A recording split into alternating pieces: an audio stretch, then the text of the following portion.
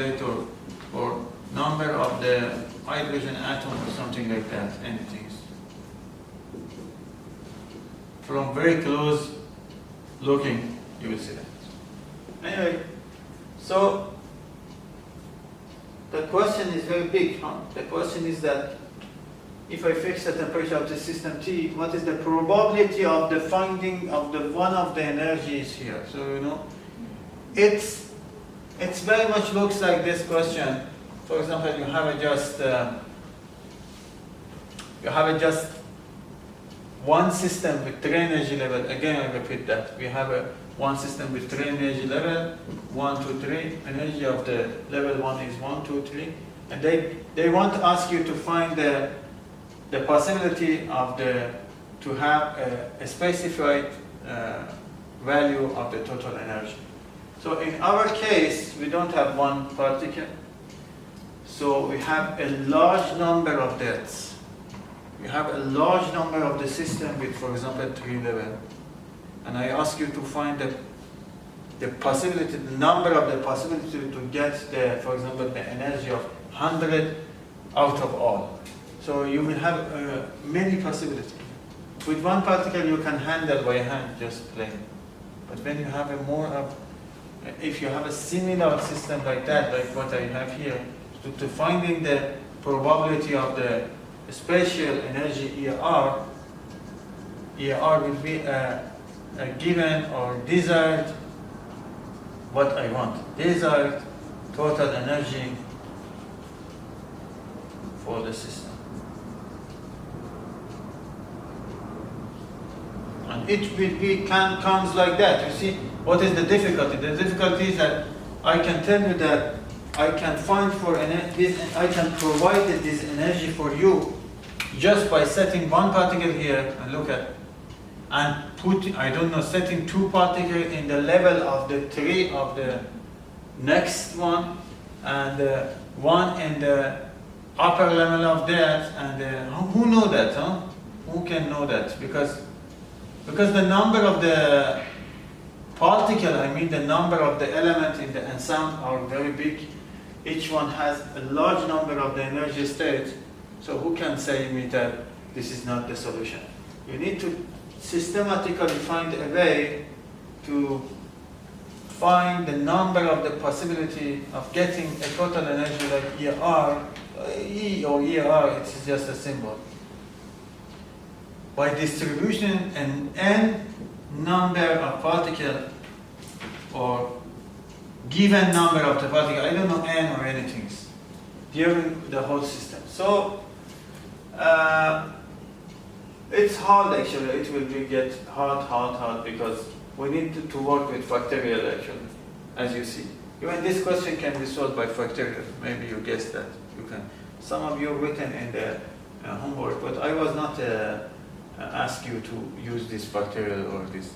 That was, I want just the counting by hand, so I was just find that. Anyway, so for that we need the factorial. So I don't want to start now because it's very long.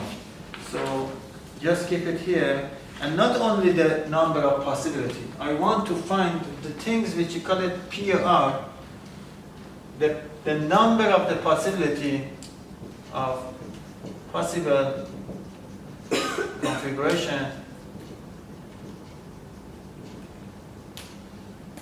with total energy ER over total possibility. And what is the relation to the last chapter? The relation will be that each particle in each system you can describe you can describe by the phase space.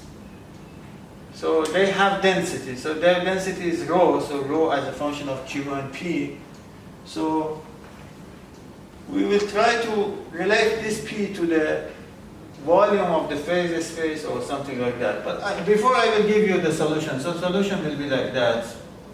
This is the solution.